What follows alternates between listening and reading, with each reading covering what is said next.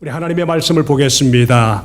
디모데전서 4장 1절에서 10절까지입니다. 디모데전서 4장 1절에서 10절까지 말씀을 보면서 같이 한번 앞을 보면서 말씀을 함께 나누겠습니다. 제가 먼저 읽습니다. 성령께서 환히 말씀하십니다. 마지막 때에 어떤 사람들은 믿음에서 떠나 속이는 영과 악마의 교훈을 따를 것입니다. 2절입니다.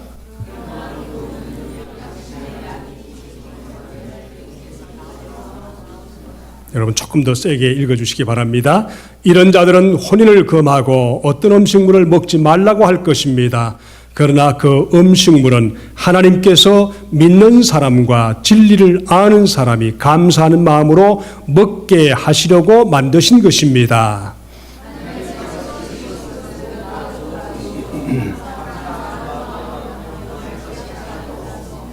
모든 것은 하나님의 말씀과 기도로 거룩해집니다.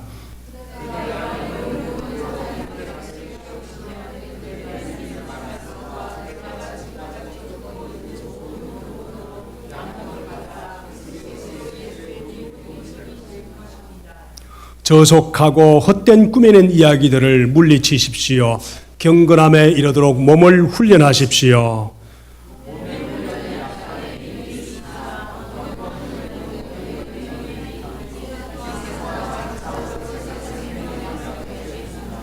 이 말은 참된 말이요 모든 사람이 받아들일 만한 말입니다. 같이 읽습니다.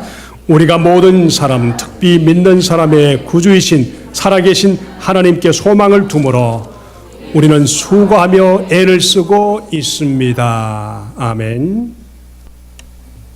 오늘 말씀은 거짓 경건과 참된 경건이 무엇인가 하는 말씀으로 우리 말씀을 함께 나누기 원하는데, 우리가 두 번에 걸쳐서 우리 청년들과 우리 장년들이 같이 함께 내년도 우리 교회를 어떻게 섬길 것인가 하는 목표를 가지고 핵심 가치를 우리 발견하는 그런 시간을 가져봤습니다. 그런데 청년부에서는 첫 번째 제일 많이 우리 자신들이 하고 싶은 것이 뭔가 하면은 삶으로 드러나는 신앙생활을 하고 싶다. 이게 첫 번째였어요. 그리고 섬기는 리더십을 발휘하고 싶다. 이거였었습니다. 혹시나 청년들 중에서 목사가 좀 삶으로 드러나는 그런 신앙생활을 좀 보고 싶다. 목사님이 섬기는 리더십을 좀 발휘하는 것을 보고 싶다. 이렇게 발견하면서 시작했다면 이건 굉장히 잘못 발견한 겁니다. 자기는 왓츠아웃 하는 사람이고 앞장서 있는 사람이 어떻게 하는가 보자. 이것은 신앙생활이 아닙니다. 그렇죠? 근데 반대로 또 장년들은 어떻게 말씀을 제일 많이 앞장서 있었는가 하면 깊이 있고 실천적인 성경 공부를 하고 싶다. 체계적인 말씀 공부를 정리하고 싶다. 이 소위 말하면 이 두 개를 잘 보면서 알고 삶을 가지고 좀 신앙생활하고 싶다. 그러니까 성경 말씀을 제대로 알고 신앙생활을 바로 하고 싶다. 그거거든요. 둘 다 공통점이 바르게 배우고 섬기면서 신앙생활을 하겠다. 공통점이 나왔습니다. 이 중 5가지를 제가 뽑아서 공통점을 만들고 우리 함께 의논을 하고 성도들 모두가 하나가 되어서 내년도 목표를 세워갈 그런 준비를 하고 있습니다. 그런데요, 전 이걸 보면서 더 중요한 것이 뭔가 하면은 저의 과거를 돌아보고 우리 또 성도들의 삶을 돌아보면서 참 중요하다 생각되는 것이 뭔가 하면은 아이들이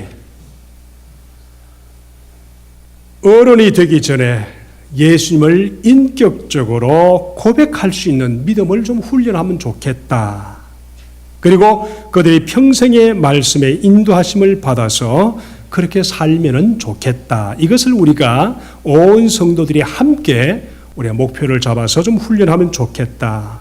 예를 들어서 그들이 철들기 전에 세상 철학이나 세상 여러 가지 지식이나 속임수나 여러 가지 세상 학문에 자기들이 수용하고 받아들여서 굳어지기 전에 생명의 말씀인 주님을 완전히 인격적으로 고백하면서 인격적으로 그분들이 주님과 함께 살아가는 그런 모습으로 인생이 손상을 받지 않도록 그렇게 좀 살게 하고 싶다. 이것은 어느 한 사람의 디렉션이 필요한 것이 아니고 모든 부모들과 모든 교사와 모든 성도가 하나가 되어서 어린아이들을 그렇게 돌보는 작정을 하고 할 때 가능한 것입니다. 여러분, 교회에서는 참 좋은 걸 배웠는데 집에 가서 부모님들이 엉뚱한 모습을 보여보세요. 얼마나 그 자녀들이 이율배반적으로 배우겠습니까? 그렇죠? 네. 그러니까 이런 것들을 통해서 우리가 같이 노력하고 애를 쓰는 것입니다.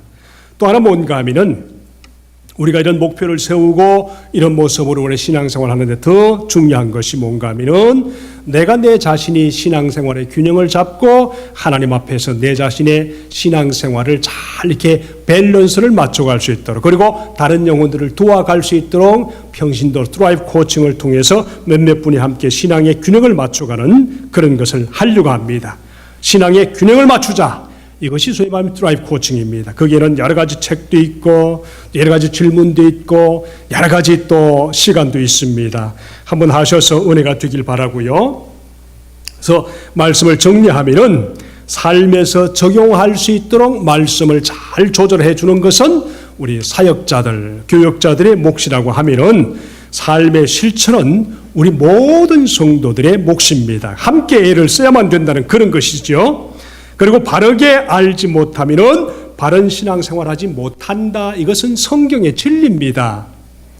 그리고 말씀 없이 신앙생활한다면은 주님과 관계없는 신비주의 신앙생활에 빠지기 때문에 언제나 위험합니다. 그래서 신앙생활은 겉으로 드러나는 어떤 형상이 아니라 자기 가슴에서 우러나오는 신앙생활을 통해서 다른 사람에게 영향을 주는 것입니다. 이걸 위해서 성령이 충만해야 되고, 이걸 위해서 우리 함께 기도해야 되고, 이걸 위해서 육신을 쳐서 복종해야 되고, 자신의 모든 시간들을 좀 제껴놓고 교회를 향해서 하나가 되어서 기도하고 성령이 충만한 그런 은혜가 있어야만 합니다. 만약에 그래도 안 되면은 어떡합니까? 하나님이 알아서 하시겠지요. 우리 인생의 마지막 결론을 하나님께서 어떻게 맺을지는 아무도 모르기 때문에 제일 중요한 것은 주님 안에 끝까지 붙어서 멋진 마지막을 경주하는 신앙생활. 이것이 성경 우리에게 말씀하는 놀라운 은혜입니다. 오늘 본문의 말씀도 이와 같은 요구를 하고 있습니다. 1절의 말씀을 보실까요? 시작하는 말씀이 참 중요한 도전을 하십니다. 신앙을 시작하게 되면은 어떤 일이 신앙생활하는가? 다시 말하면은 도전하는 신앙생활을 잘못 신앙생활하면은 어떤 신앙생활이 되는가? 1절의 말씀 보니까 성령께서 밝히 말씀하시기를, 이 말은 하나님이 지금 말씀을 하시는데, 하나님이 말씀하시는데 후일에 우리 인생의 마지막 때에 또 주님께서 오실 그때에, 여기에 후일의 이 말은 예수님이 성천하신 그때부터 다시 재림하셔서 우리를 만나는 그 시간을 말합니다. 그러니 그 사이에 신앙생활하는 성도들은 늘 조심해서 신앙생활을 해야 된다, 이걸 얘기하는 것이요. 그 전제가 있습니다. 그 사이에는 어떤 일들이 교회 안에 있는가? 배교한다, 배반한다는 거죠. 박해를 받는다, 악의 통치가 일어날 것이다. 이때 그러면 어떤 일들이 일어나는가? 어떤 사람들은 믿음에서 떠나게 된다. 얼마나 비참하겠어요. 마지막 주님이 오실 준비가 다 돼서 내려오시려고 딱 준비가 되는데, 예고 없이 오시는데 내가 예수님을 배반하고 있는 상태에 있다면 평생의 모든 수고와 노력이 얼마나 헛되게 되겠습니까? 그냥 후회하고 말 정도가 아니지 않습니까? 천국과 지옥으로 영원히 고생하느냐, 영원히 주님 앞에 함께 사는가, 이것을 결정하는 순간인데, 주님이 성령으로 밝히 말씀하시기를, 우리가 신앙생활 잘못하면은 주님 말씀하시기를 뭐라고 그랬습니까? 믿음에서 떠나, 그 다음에 속이는 영들과 귀신들의 가르침을 따를 것이다. 이 말은 세상에 속이는 악한 영들이 엄청 있다는 것이고 귀신들의 가르침이 엄청 있다는 것이죠. 이런 사람의 가르침은 어디에서 있습니까? 어디에서 나오는 것입니까? 2절의 말씀 보니까 자기 양심이 화인 맞아서 그랬습니다. 외식함으로, 이 말은 거짓말장애의 속임수에서 나오는 것이다. 양심이 화인 맞았다, 낙인 맞았다, 이 말씀이 무슨 말인가 하면은 우리가 불에 달구어서 찍는 쇠도장을 소위 말하면 화인이라 그러는데, 예수 믿는 성도들은 하나같이 예수 그리스도께서 우리가 믿을 때 성령으로 우리 성령의 도장을 받아서 하나님의 자녀인 것을 확실히 보증하는 성령의 도장이 있는가 하면은, 양심이 화인 맞아서 그렇게 배반하는 그런 성도들은 어떤가? 그 말은 성령인 너는 내 것이다 이렇게 인쳐주는 것처럼, 마귀가 너는 내 것이다 불도장 찍는 것처럼, 마치 짐승들을 우리 팜에서 도장을 찍어서 이렇게 몇 번째 소다, 몇 번째 소다, 몇 번째 돼지다 이렇게 도장을 찍어서 불도장 맞는 것처럼 그렇게 찍어서 마귀가 구별해버린다, 그런 뜻이지 않습니까? 이것이 누구의 말씀입니까? 성령께서 배반하는 그런 믿음의 사람들에게 경고하는 메시지지 않습니까? 이것이 교회 안에서 주님이 오시는 그 순간까지 있을 수 있는 일이다 이 말입니다. 그러니까 우리가 신앙생활할 때 내 자신을 살펴보고 다른 사람을 보지 않고 내 자신이 하나님 앞에 있는가, 다른 길을 찾지 않고 정말 바로 내 자신이 겸손하게 나를 죽이고 겸손하게 섬기고 하나님과의 관계를 내가 바르게 하기 위해서 애쓰는가, 이걸 보자는 것입니다.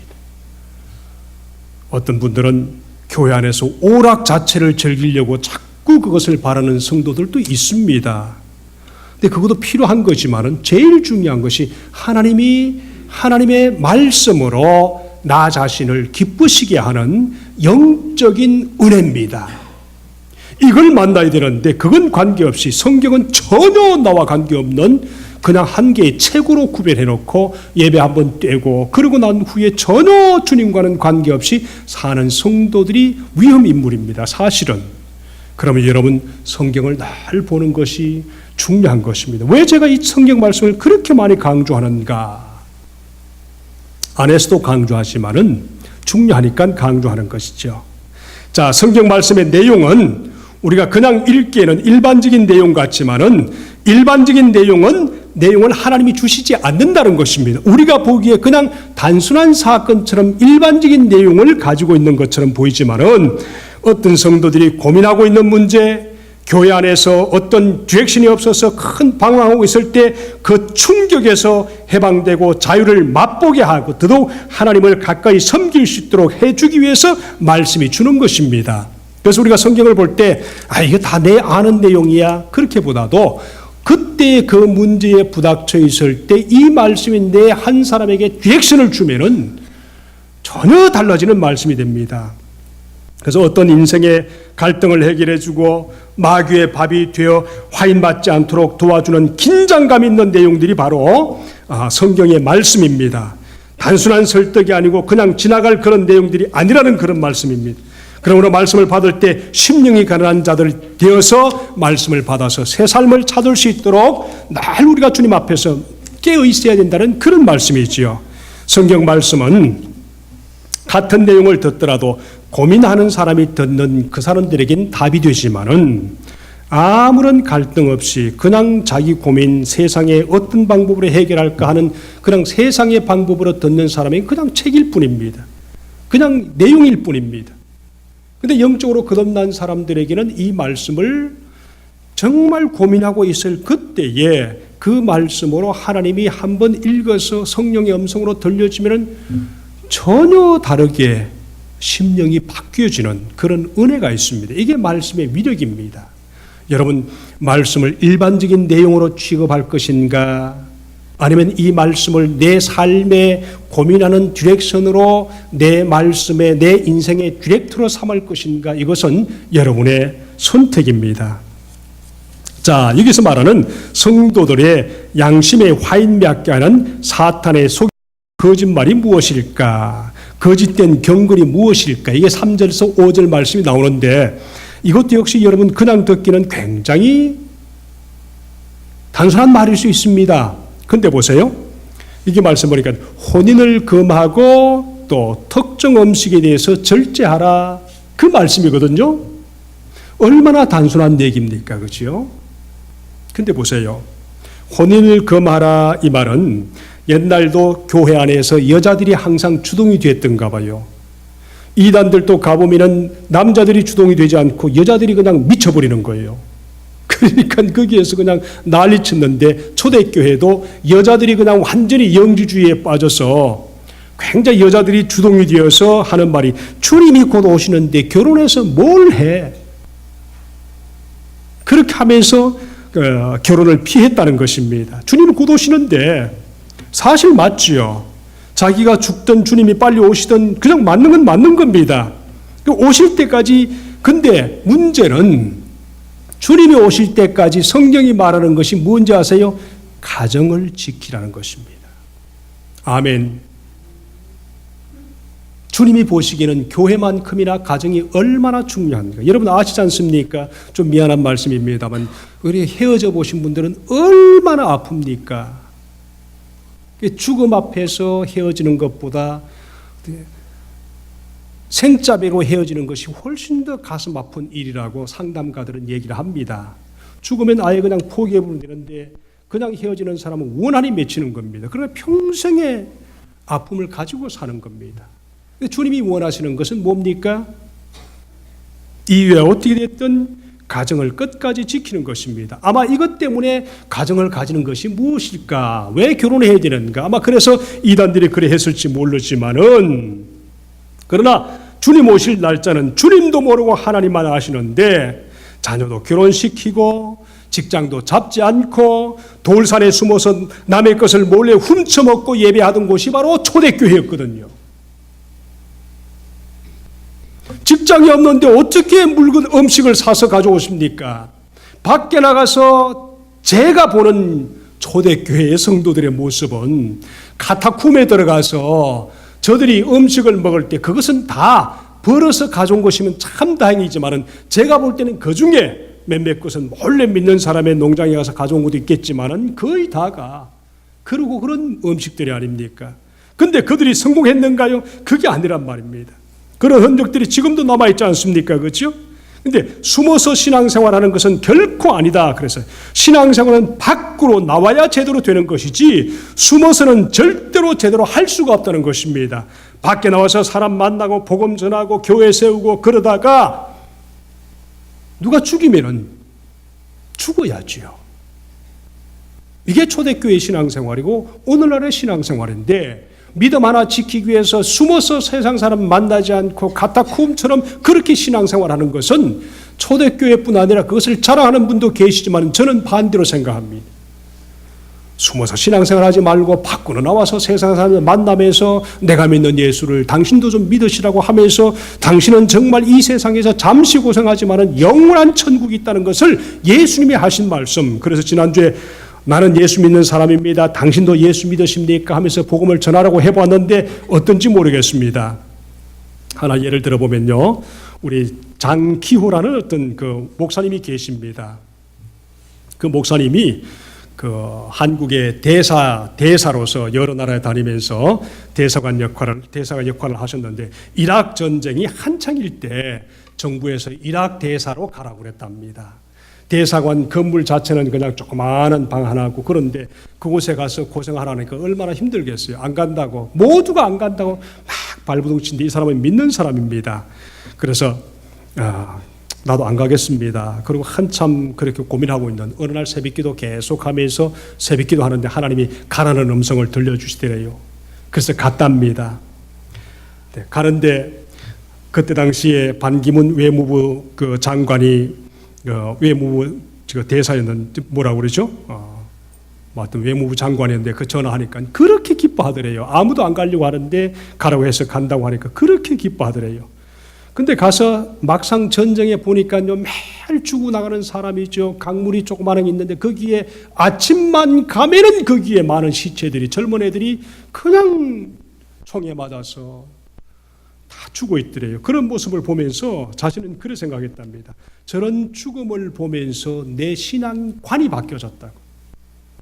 여러분, 저도 예수 믿게 된 큰 동기 중에 하나가 삼척 무장공비 시체를 보고 제가 믿게 된 것, 제가 말씀을 가끔 드렸지요.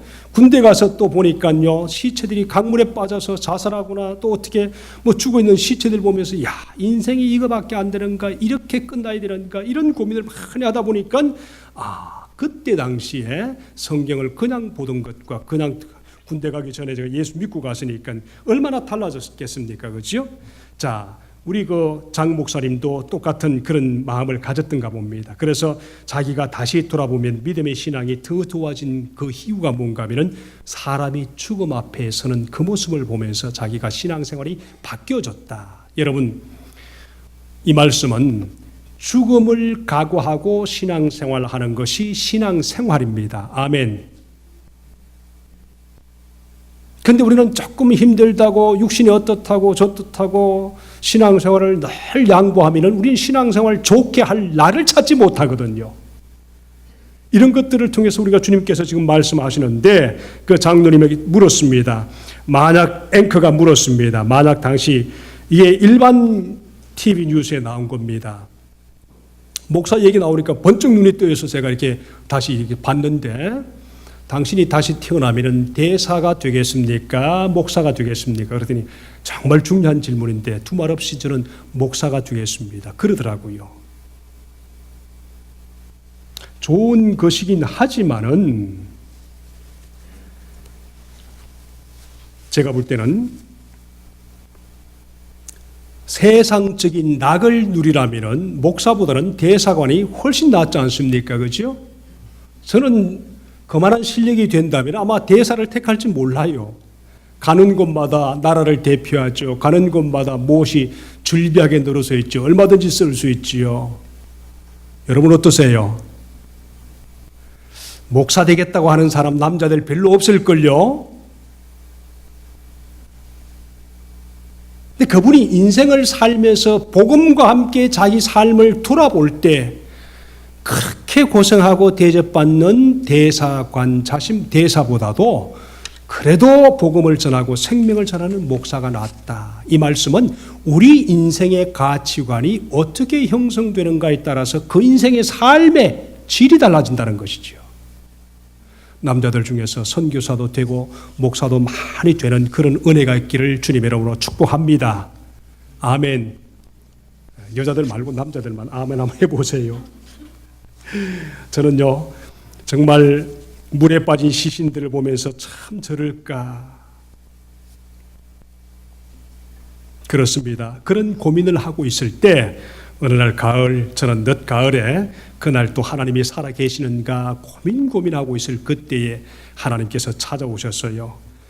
그냥 누워서 쉬려고 하는데 순식간에 천둥번개 같은 엄청난 소리로 제 이름을 부르면서 부르시는 거예요. 얼마나 놀랐으면 밤새도록 무릎 꿇고 있다가 그 다음부터는 성경 보기 시작했다고요.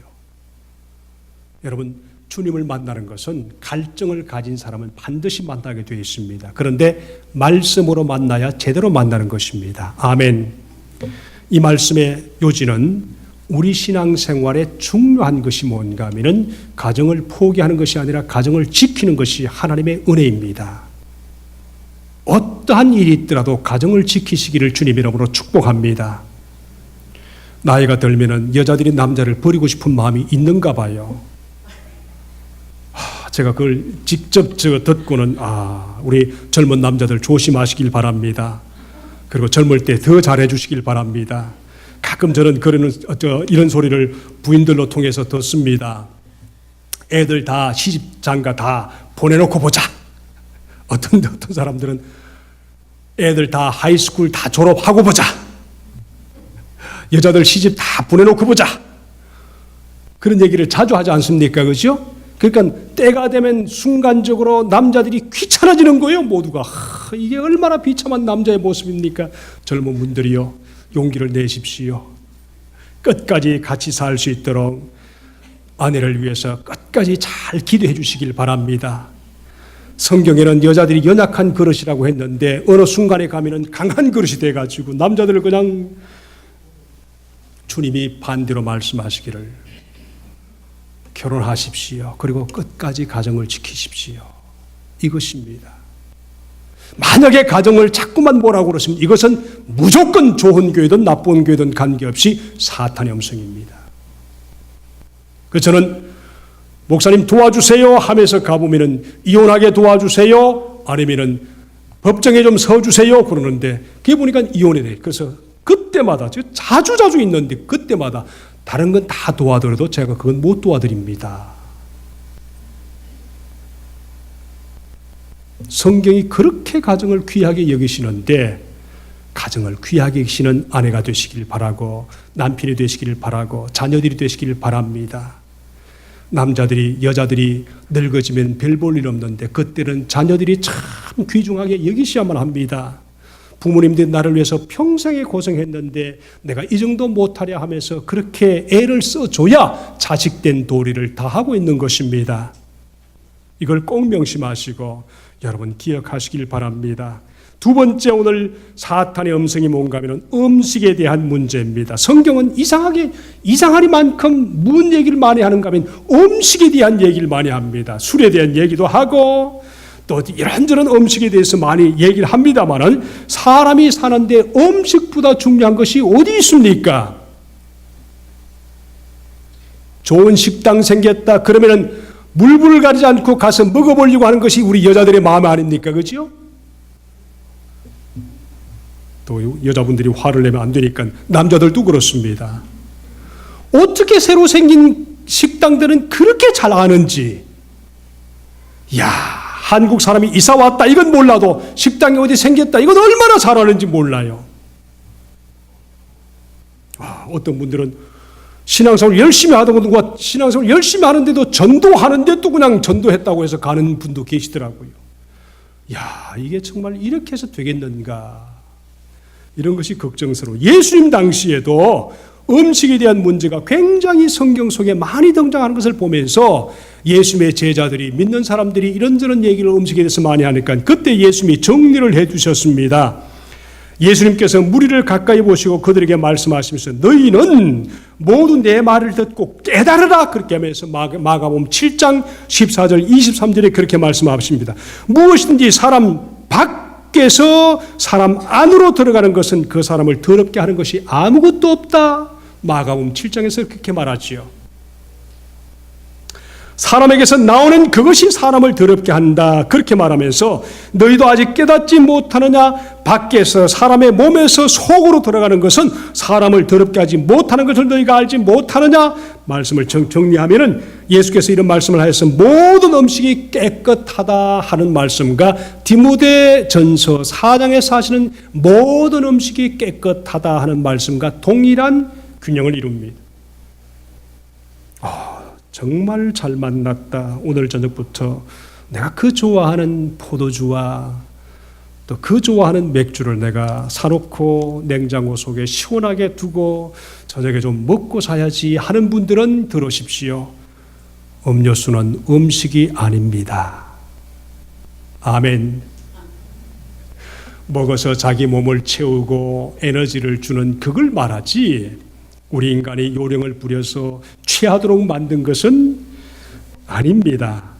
자, 예수께서 그렇게 말씀하시고 사람에게서 나오는 그것이 사람을 더럽게 하는데 이게 무슨 말인가 하면 사람에게서 나온다 이 말은 응아가 나온다 그런 뜻이 아니고 사람에게서 나쁜 생각, 마음에서 나오는 음행, 도둑질, 살인, 간음, 탐욕, 악의와 시기와 방탕과 악한 시선과 모독과 교만과 어리석음 이런 악한 것들이 모두 속에서 나와서 사람을 더럽힌다. 그 말은 사람이 인격적으로 주님 앞에서 말씀으로 정화되지 않은 영혼들은 항상 마음속에서 이런 것이 나오기 때문에 그 사람을 더럽힌다. 이런 내용을 모르는 사람이 누가 있습니까? 알면서도 끊임없이 이것이 되반복되는 것을 우리가 경고하라는 것입니다. 그러므로 음식이 입으로 들어가서 나쁜 본능이 마음과 행동을 컨트롤하게 되면 그 음식이 나쁜 것이다. 그 말이죠. 보세요. 술을 먹고 좋아지는 사람은 제가 못 봤습니다. 어떻게든 나빠지죠. 술이 취했다, 나빠졌다. 그 말이죠. 잠만 잔다. 멀쩡한 낮에 왜 잠을 잡니까? 제정신으로 잠을 자야 깊이 주무시지요. 술 먹고 잠 주무시는 분도 좋은 것이 아닙니다. 그렇지요? 몸을 해치는 것이지요. 어쨌든 우리가 이런 말씀을 통해서 우리가 무엇을 해결할 것인가 속임수를 꼭 기억해야 되는데 왜 하나님께서 이와 같은 가정 문제와 음식 문제를 통해서 악마의 교훈을 따르는 것이다, 속이는 것이다 이렇게 엄청난 단어를 우리에게 보여주시는가 참 고민을 해봤습니다. 이런 것들을 통해서 우리가 정말 귀중하게 이 것은 우리 삶을 다스리는 데는 가정과 음식만큼 중요한 것이 없다 그런 생각이 드는 것입니다. 내 고집대로 살면서 가정을 힘들게 하고 남편 아내를 힘들게 하고 자녀를 힘들게 하는 것 이것은 악마에게서 나오는 것이지요. 또 내가 음식을 잘못 다스려서 술을 좋아하고 또 무엇을 좋아해서 다른 사람을 괴롭게 하고 또 돈 많은 사람은 좋은 음식 사 먹고 돈 없는 사람은 억지로 먹게 하고 이런 것을 보여주는 신앙생활 이런 것들은 엄청난 악이 되는 거지요. 성경은 서로 나눠 먹고 서로 그렇게 하라고 얘기를 했는데 그런 문제입니다. 이런 것들을 통해서 우리가 또 하나 살펴볼 것이 있는데 뭔가 하면 신앙생활 잘못된 예언들은 마귀의 짓입니다. 요즘 보니까요 참 그런 게 많더라고요. 여러분 어떻게 생각합니까? 제가 그 말씀을 좀 드리려고 하다가 좀 늦게 말씀을 드립니다만은 애플의 CEO라는 사람인 팀 쿡이라는 사람이 있지 않습니까? 그죠? 자기가 스스로 동성연애자라고. 그러니까 크리스찬들이 야, 애플을 사려고 하다가 내가 애플을 사야 될까 말아야 될까 그런 고민을 하지 않습니까? 그죠? 팀 쿡이 나는 동성연애자다. 스타벅스가 동성연애자를 이렇게 서포트한다 그렇게 하니까 스타벅스에 안 가는 분들이 꽤 많으세요. 저는 뭐 없어서 못 가기도 합니다만은 집에서 만들어 먹고 교회에서 만들어 먹지 스타벅스에서 가는 돈을 헌금하고 11조를 하십시오. 훨씬 더 은혜가 되고 도움이 될 것입니다. 여러분 이와 같이 우리가 주님 앞에서 우리 크리스찬으로 살아갈 그 자세가 있다는 것입니다.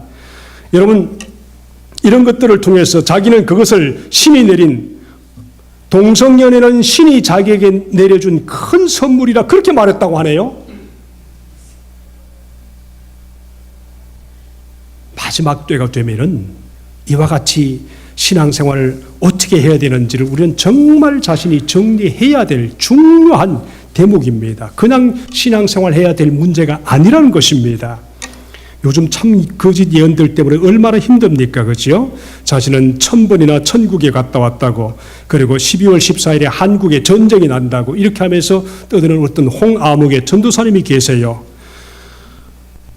북한의 22,500만 주민들과 한국의 성도들이 함께 회개하지 않으면 12월 14일부터 전쟁이 일어나서 5개월 동안 남북전쟁이 일어나는데 그것도 자기가 열심히 기도했더니 하나님이 2개월 동안 단축해 주셔서 3개월 동안 전쟁이 일어날 것이라고 그 후에는 옛날에 6.25 사변보다 더 못 사는 그런 현상으로 우리 한국이 바뀔 것이라고 그러므로 회개하라고 땅굴을 빨리빨리 다시 파라고 확인하라고 막 그렇게 하면서 있는데 가만히 제가 그것 때문에 어저께 늦게 잤거든요. 이게 진짜 맞는가? 봤더니 괜찮은 여자 같아요. 보니까 말하는 모습 보니까.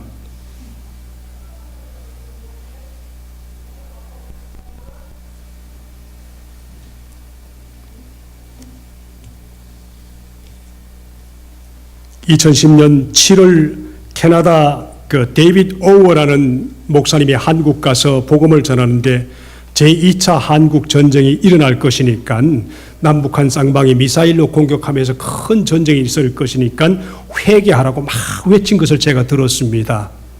아마 그때 회개해서 아직도 전쟁이 안 일어난지는 모르지만은 한 가지 분명한 것은 예수님의 재림과 전쟁은 아무도 모릅니다. 우리가 해야 할 것은 주님 안에서 어느 날 갑자기 오시기 때문에 언제나 오실 것을 준비하면서 준비한 상태로 살아가는 것이 가장 행복한 신앙생활이고 또 귀한 신앙생활인 것을 믿습니다. 여러분 언제나 준비된 행복한 신앙생활을 할 수 있는 하나님의 종들 되시기를 주님의 이름으로 축복합니다. 아멘. 우리 기도하겠습니다.